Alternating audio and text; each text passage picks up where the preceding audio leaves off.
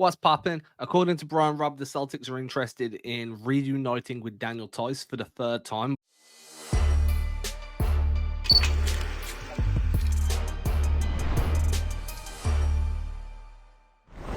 If you're new here, my name's Adam Taylor. I've covered the Boston Celtics for SB Nation, USA Today, and the Celtics Chronicle newsletter. If you want to sign up for free, use the link in the description below. Get news and opinions, X's and O's breakdowns sent straight to your inbox 4 to 6 times a week. I'm joined by my boy, Mr. Tim Shields, covers the Celtics for SB Nation and formerly of CLNS Media. We're going to dive into the big man rotation and some of the news that Brian Robb dropped today. What's popping to? Not much, man. Interesting news coming out from this article. Obviously talking about free agency upcoming. Again, everything seems to be moving fast this offseason because there wasn't much of an offseason for the Celtics. But Not for the Celtics. no, definitely What not. happens when But you win a chip? yeah, yeah, I think I would prefer this option. I'd rather have a shorter offseason, Sooner the better to play more basketball. So I do like it when you finish the championship, it's straight into the draft, straight into free agency and summer league. You got the Olympics this year, mhm. but we need to dive into this because the Celtics big man rotation in itself is subject to change from what we saw last year to what we saw to what we're going to see in the season upcoming. So we're going to talk about Kornet and Tillman in a minute, but first of all, let's hit this Daniel Tice discussion because this is interesting, right? Tice spent some of the season last season with the Pacers, was bought out, was sent over to the LA Clippers.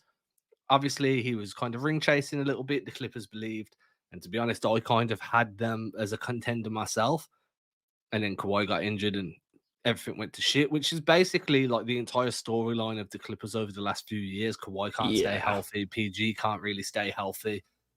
Tice goes there, plays well, like isn't terrible, but now he's a free agent. The Celtics are obviously looking for continuity overall. Stevens said as much yesterday during a post-draft press conference. Tice might not be coming into the season as a continual player, but he knows pretty much everyone in that core. You know what he brings to the table. He's a proven commodity in the Celtics system. He's worked with John Mazzulla when Mazzulla was an assistant coach.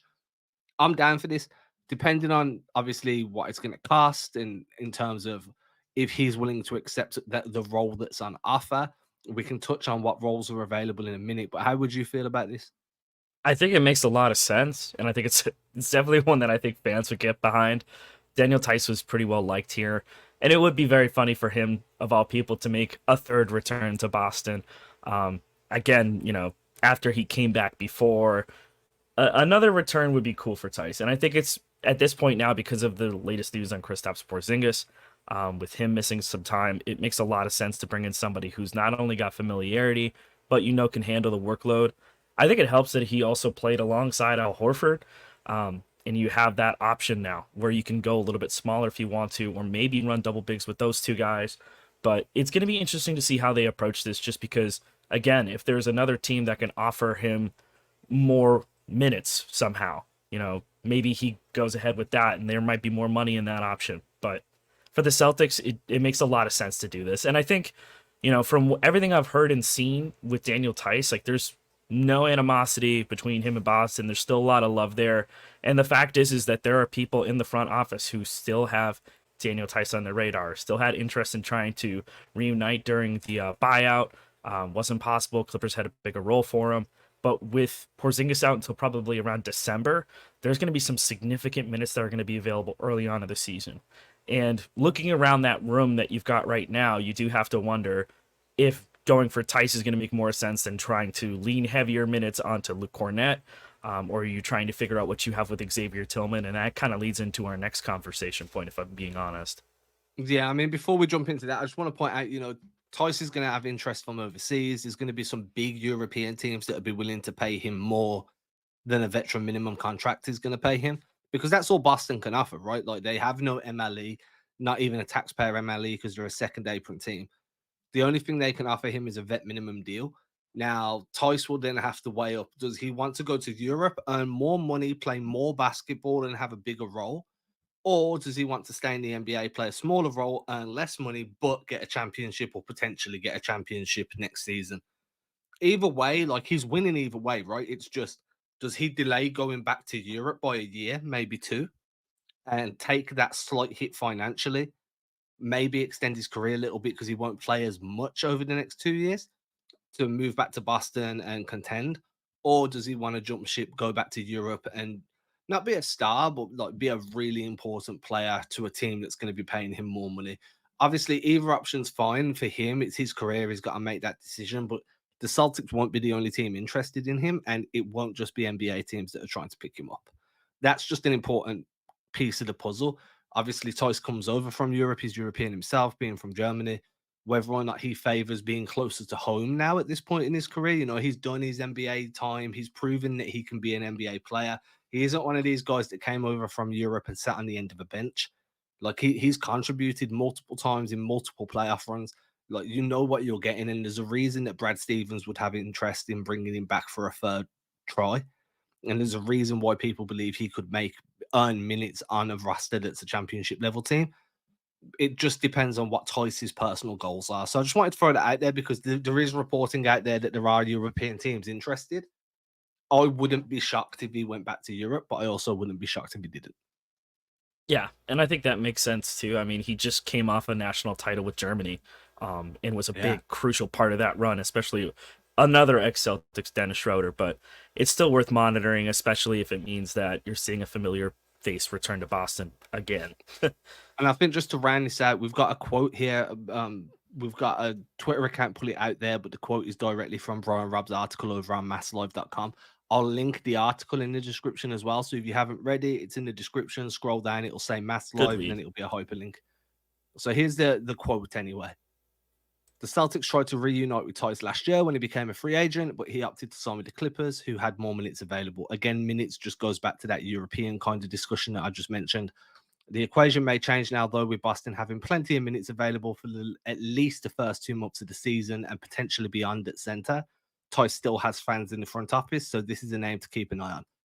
The minutes part's the most important to me. Yes, he's going to have minutes available for the first, let's say 3 months of the NBA season. Just because Porzingis gets cleared, at some point he's still got to get back to fitness.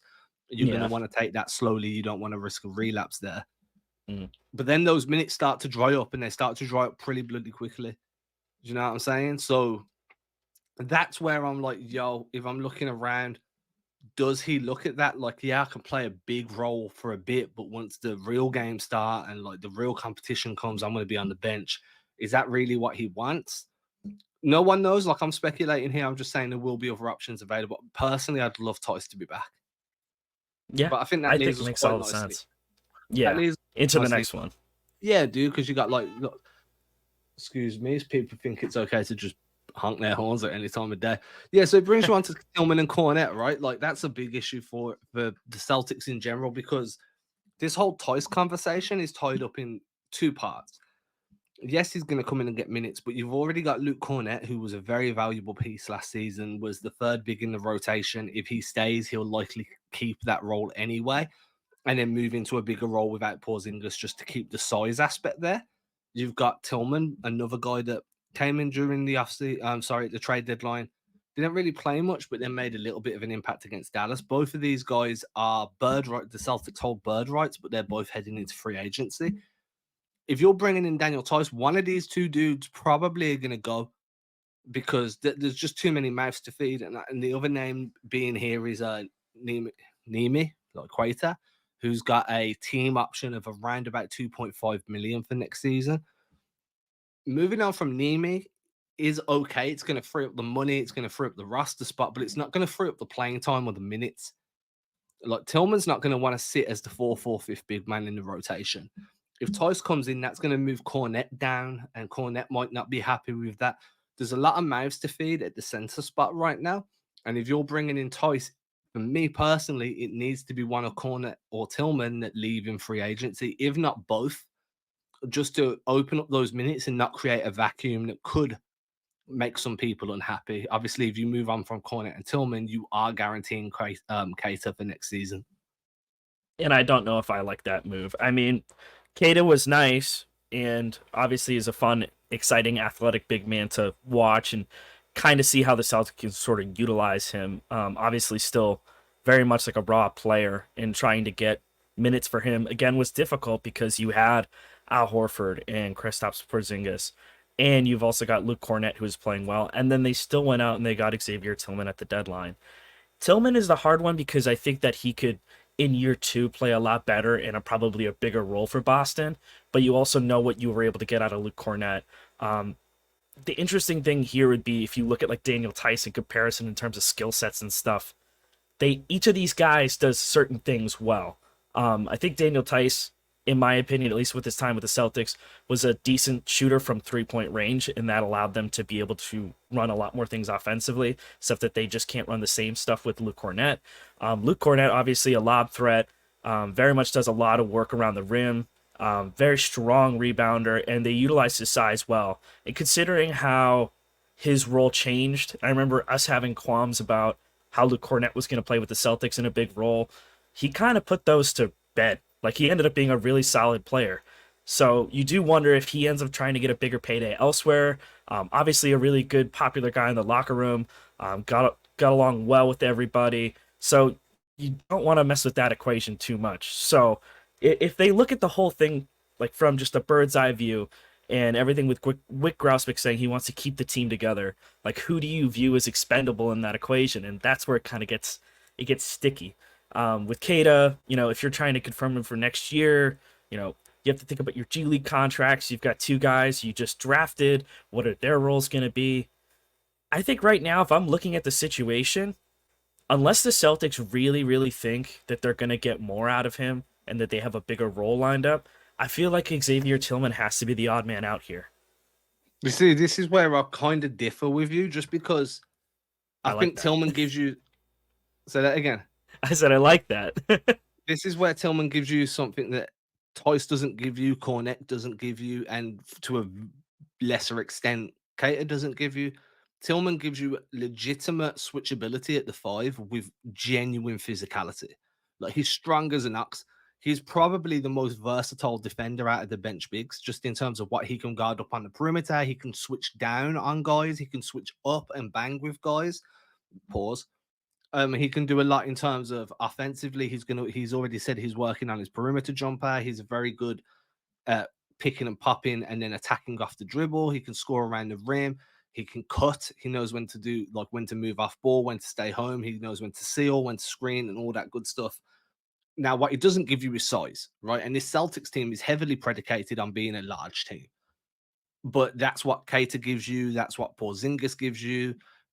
Kornet, if you have to choose between the 2 of them, I think Kornet gives you a lot. He's exceptional at containing the pick and roll. Sorry, he's exceptional at containing the pick and roll ball handler when they come off the screen. Really does a good job of containing that and splitting off with the roll man. So he always tags but keeps himself in a position to contain or contest. He's really good in his role for the Celtics right now, but Tillman gives you kind of a future proof for Horford. When Horford needs to sit, you can kind of plug and play. Tillman's also more of a DHO guy than what Kornet is, just because of the separation he can create on screens. I'd say Kornet's more of a willing screener, to be fair. But I think that when you're just looking at if you want versatility and if you want variance of what your guys off the bench bring versus what your guys in the starting unit bring, and we factor in Porzingis eventually being healthy, I think that Tillman gives you that versatility and that variance more than what Kornet does, especially if you keep Keita, so you do have like a high motored rim runner with genuine 7-foot size. Like, you're replacing what Kornet gives you, but you're also getting a higher ceiling because Keita's going to get better and Kornet's kind of who he is at this point.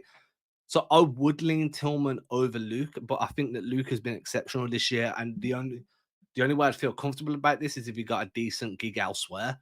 But yeah, I just think in terms of future proofing for Al Horford, I think you traded for Tillman for a very specific reason.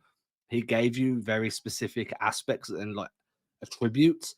He's going to have the summer to improve his perimeter jumper. He's going to have his summer to acclimate himself more with the offensive and defensive system. I just think you've got a similar version of Luke in Keita, but far more explosive, far more physical with a motor. He's just raw, and that's fine. He's the end of the bench big. He was converted from his 2-way deal. He's at the very last spot in the big man rotation, but you can plug and play him whenever you need, and you know he's going to give you 5 to 10 solid minutes, or he's going to foul out. It's one of the two. But yeah, I think this is going to be a contentious discussion.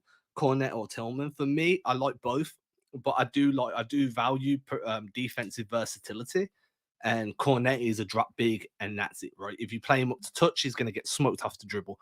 If you play him at the level, he's going to get smoked. He has to be in drop, and I like having a guy that can play up to touch, that can jump out and show, that can be at the level, that can be just below the level, that can switch, that can ice, that can contain, and be physical enough to keep bigs off the low block just by being able to post up and get underneath them a little bit. So for me, I would go Tillman. And I think that makes sense just in terms of versatility. I think the reason why Luke Kornet feels more comfortable as a choice is just because you know what you're getting from him. I think the Celtics, from that perspective, have to feel comfortable with Tillman in the role that they envision him to be. Very much like Al Horford in terms of defense. So if you get anything, if you can get even 50% of what Al Horford gives you defensively out of Tillman from a rotational standpoint, that's pretty solid. And I think he's more than capable of that. He showed that, and I'm waiting for his jump shot to get back to where it is, because if you add that 3-point shot to his game, it makes him a lot more, I want to say, like, utilizable. Potent would be the word. Yes, potent, useful. But you just need him to be a threat, right? Like, that's what spacing's about. You don't need to be able to knock them down. You just have to be willing to take them and be a better than below average at making them, and then spacing appears. It's magical. So I do get what you're saying. Yeah, and you just don't see that from Kornet. And I think that's kind of, again, I think you made a really good point with Kornet just being like, he is what he is right now.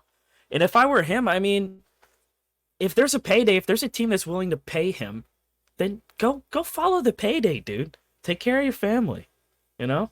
This is like, he came off one of his solid seasons. This has to be one of the better seasons this past season of his career, right? No, like, it's the best season. Like, this was the most consistent he's ever been. Yeah, and he got a really big role and showed he's capable. So if there's a team out there that wants another big, it makes sense to target Kornet. Sorry, that's NBA champion Luke Kornet. NBA champion Luke Kornet is a very important little notation. It is, because when you put that on the resume and then you go into free agency, like, you bring championship pedigree, people pick up these like mid-bench champions because of what they bring to a locker room. Do you know what I'm saying? Kornet will always be able to have a bit more negotiating power now, because he wasn't just a guy on the end of the bench that won a ring. He was a mid-bench dude. He played, and he was stamped. Yeah, especially because they lost Kristaps Porzingis. Like, his value might be at an all-time high right now from like a free agency. If he's going to hit free, this would be for him. It'd be smart to just renegotiate anywhere else anyway. Yeah. Tillman less so, like, because, you know, Tillman came in. Yeah, his value's dipped. Dipped, or it's where it was. I mean, it's not like it cost a lot to bring in anyway. It's a couple of seconds, you know, whatever. But I think Kornet's more logical for Kornet to go out and explore what's available to him than it is for Tillman. Tillman should want to re-sign so he can build value heading into a free agency in a year, 2, 3, 4 years, whatever it is. But I do think that in the coming years, there's going to be a bigger and bigger role for him here. So that makes more sense for me to keep Tillman, continue developing him in this system, and then bring in another big to sit in front of him until you're comfortable. Do you know what I mean? That's where Tice would come in, or that's where you'd get another free agent option. So that's where we kind of move on to what Brian Robb wrote about. He mentioned, I think there was 8 names in his free agency list. We've got a couple of them listed on screen now. Andre Drummond, Mo Bamba, Jackson Hayes. Who else did he have? I know he had Drew Eubanks on there. Drew Eubanks, Mason Plumlee, Alex Len, and Goga Badatse. Yeah, so straight away we can fuck Goga Badatse right off. Like, I don't want no part of that dude. Like, he can stay on that side, bro. Like, so we can just ignore that straight away. And if anyone's ever followed my work from a few years back when I was doing when we were doing the podcast for Celtics Blog, I've always been all out on Andre Drummond for the same reasons I've just told you, that I like Xavier Tillman's defense. I value versatility defensively. I value being able to switch and do what. So I've always been out on Andre Drummond within a Celtics system. Hell, if Luke Kornet can do well as a drop defender for Joe Mazzulla, Andre Drummond will do excellent as a drop defender. He doesn't have a great basketball IQ. Sometimes his decision making's iffy. but he can protect the rim. He's physical as hell. He rebounds like an absolute machine, and he's going to increase your secondary points on the offense with your second chance buckets. He's coming in. I'm pretty sure he's coming into a free agency, right? Drummond is, or he's on the last year of a deal or something. Yeah, free agency. If Daniel Theis decides he doesn't want to re-sign with you, again, Theis brings versatility defensively, so you go there first. But if he goes to Europe, if he signs elsewhere, whatever it may be, if he doesn't end up in Boston and you've moved on from Kornet and you're not sure what you're doing with Nemi, Andre Drummond for me should be a phone call that you at least make, bring him in for a workout, see how it goes.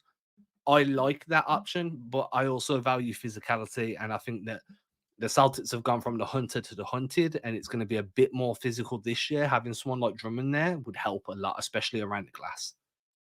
Yeah, I think physicality is going to be important for this team. And I think when you looked at the postseason too, just the way that they kind of dialed up defense and played physical, played like bully ball, it was working well for them. But you need to be able to try and match that physicality every single game and try and stay in front of opponents. And it's a lot more difficult if you've got Kristaps Porzingis, who's injury prone, now recovering post-op, and you've got Al Horford, 38 years old.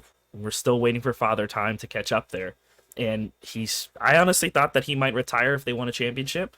And they pretty much immediately came out and said he's running it back. So you have to make the most of this situation and keep him fresh for the postseason, because clearly, like as you saw this past playoff run, they needed him. They needed him to play significant minutes because Kristaps Porzingis, and you have to account for that into the equation.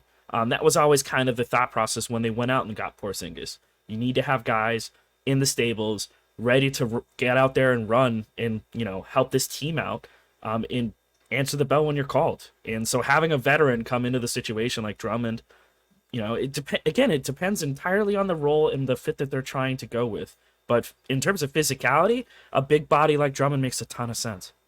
It does. I'd be all the way in, just in terms of having that as a rotation piece. Another name on the list is Jackson Hayes. So I like to think of Jackson Hayes like this, and this is probably a little bit disingenuous to Jackson Hayes, but hey, you join the Lakers, I'm allowed to be disingenuous towards you. It's how it goes.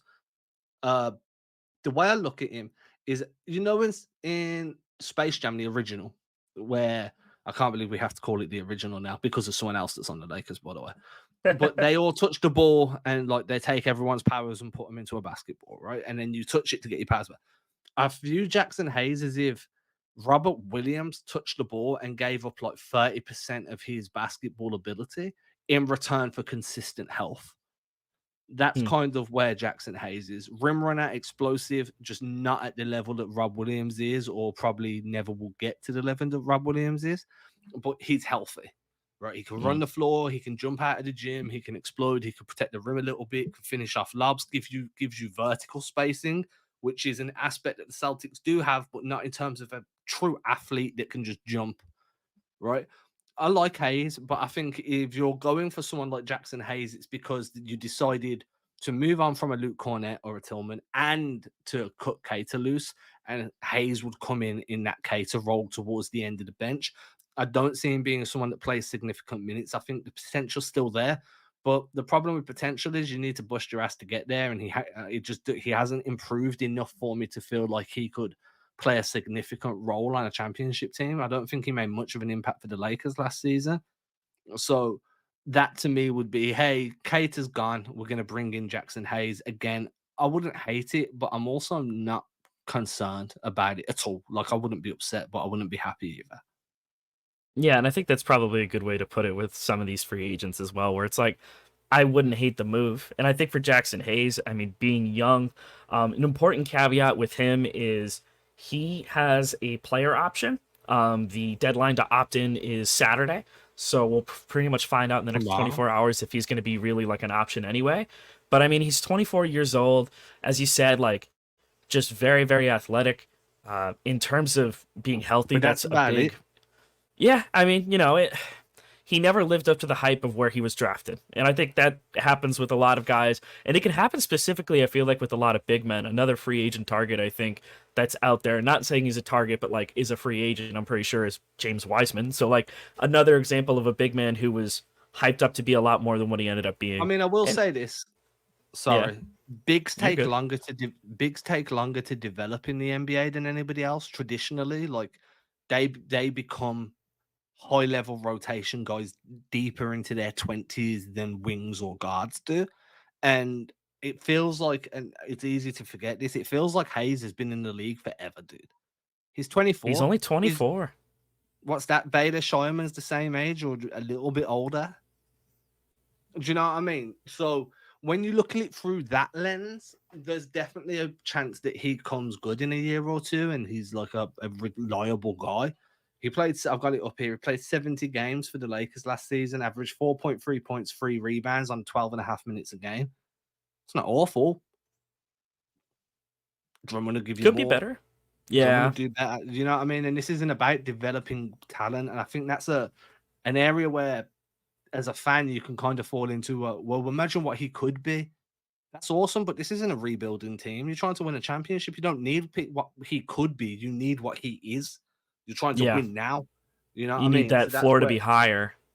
yeah, straight from off the bat. So that's where Drummond would still win that for me. And even Nimi, because Nimi's going to give you more physical impact just because of he's the similar size to what Hayes is, but he's so much bigger, like sturdier and stockier, dude, that he's going to create more space for himself just because of how broad he is. So Hayes to me would be, you'd actually be downgrading that end of bench big just because I think Nimi gives you a bit more physicality. Yeah, I think Nimi also just plays a little bit more helter-skelter explosiveness. And I think for Boston, at least, he's got familiarity in the system. And if it's not like a clear upgrade at that position, which again, you're looking at like the fourth big in your rotation. So upgrades are very relative to what they are in free agency. You know, is one guy going to come in and be a massive upgrade and you're going to put him at the fourth spot in your rotation? Like there's a reason why Nimi is the fourth guy in the rotation, but there's also a reason why the Celtics, opted to make him a full contract, Well, fifth, really? Oh, well, yeah, that's Yeah. true. Basically fifth. Yeah. So what I want to do now, you've got Mo Bamba there as well on the screen, so I think we should give him a decent discussion, and then we'll just go yes or no down the rest of Rob's list. Yeah. So my thing with Bamba is he's going to want to play. He played 57 games for Philly last season, started 17 of them, averaged 4.4 points, 4.2 rebounds, 1 block a game. He's not awful at all. Bamba is a good bench big, because that's what he is at this point. He's a good bench big. The Celtics have good bench bigs. Does he upgrade you over Kornet? Is he an upgrade over Kornet within Boston's system? And if he is he an upgrade over what Tillman gives you? If the answer is yes, then cool. If you believe that, then great. But if not, then why bother? Because his size, how tall is he? He's 7 foot, so he's the same size as Nimi. Again, I think Nimi's bigger in terms of broadness and physicality. I'm just not sold that he's going to give you more defensively than what Tillman is. He's not switchable. Yeah, he's going to protect the rim, but Nimi can protect the rim. Porzingis can protect the rim. Al Horford is really good at using angles to take away the rim. We've got Jason Tatum rotating over from the weak side in that Roma role, can protect the rim. Got Jaylen Brown, athletic as shit, can protect the rim. Derek White, one of the best shot blockers in the NBA, can protect the rim. Drew Holiday, the same shit. What's Bamba giving you then? Do you know what I'm Not saying? really as much. I mean, No, I make sense. I think the only thing with Bamba is just the fact that he's able to at least spread the floor a little bit compared to the other two options there. yeah. I mean, what did he shoot from free? Shot 39.1% from the perimeter, but he was How only many taking attempts? 1.1 attempts per game. Yeah. So what? So 39. So okay, that's not bad. But I don't think he took 100 threes all season. I'm just looking at the totals now. He only took 64 jumpers, hit 25 for 64. I mean, the sample size is cool for a small sample size, but that's going to get jacked the hell up in Yeah, and do Boston. you really want to But when have him shooting that much? I mean, the thing that makes you feel good is in 21-22, so his last full season with Orlando, he hit 107 of 281. That's still he can live on that shot Solid. diet. Yeah, I can live with that. Do I feel like I'm comfortable there? Yeah. He can stretch the floor a little bit. In that case, then maybe you do feel comfortable bringing Mo in. But at the same time, again, Is he gonna slot in at that third big? Is he gonna take that role that Daniel Theis would have? And how comfortable would you feel about that? And again, I feel like I would probably be more comfortable with Tice if I had to make an option there. Theis, baby. Yeah, I think there's consistency there, and again, I think defense is the most important thing for the bigs in being versatile. Yeah. I think Bamba, again, you run into a lot of the same issues that you run into with some of the other bigs that are like true 7-footers, is you have to worry about your switchability and mobility. And I don't think Mo Bamba has much mobility. So I also don't think he was good enough to have a song about him. Just saying. Well, I mean, same with Tyler Herro. It was like, came onto the scene hot, and then that was it. I mean, yeah, but grand opening, grand closing. Tyler Herro 6th man of the year, dude. That's true. Recently, still contract. That's a conversation for another day. Yeah. Okay, true. Go through the other names. Let's just do a yes or no. All right. So we already talked more about. If we want to go from the top, do we want to go include all of the guys we've gone through already? No, the name. No, we've just said yes or no, and it's free. Just the rest of them. Mason Plumlee. Yeah, I like Plumlee. Okay. I would say yes too. Daniel Theis, obviously we covered. Alex Len. Pass. Yeah. Also pass. Drew Eubanks. Yeah, I'm down. I'm with it. I just think that if he left the Suns, unless he saw the writing on the wall there and he thinks that they're going to blow things up, I don't know. Situation matters. Yeah, like situation matters. Like if the minutes are going to be better in Boston. And like he had no wing defenders there. He had no point of attack defender protecting him. It was kind of him just having to defend the rim. Like, defense is a team thing. If everyone's just getting past on the wing and on the perimeter, and now you're just getting constantly bombarded, it's hard to show your best. Yeah. So yeah. So if he's open for it, and it's not a financial thing, then sure. And we already kind of know, but Goga Badatse, no. No. Yeah, we don't need to really talk about that one. Right, I'll fly that one to the moon. And that's what we've got. So I think we're pretty much warm on most of them. That list? Yeah, outside of Tice. We'll end it on this. Do you go Drummond or do you go Tice? Tice. You go Tice. I'm torn. I'm sold on Tice. I'm gonna go Drummond. I don't even know if I'm comfortable with this. Maybe I'll go Tice. Maybe I'll go Drummond. I don't know. Ask me in a day or two. I was going to say, your opinion is allowed to change. We are allowed to change our opinions. Ask me in a day or two. I'm gonna go back and watch film of how Tice was with the Clippers. Like, it's been a minute since we watched Tice. He might not be the same guy he was the last time he was in Boston.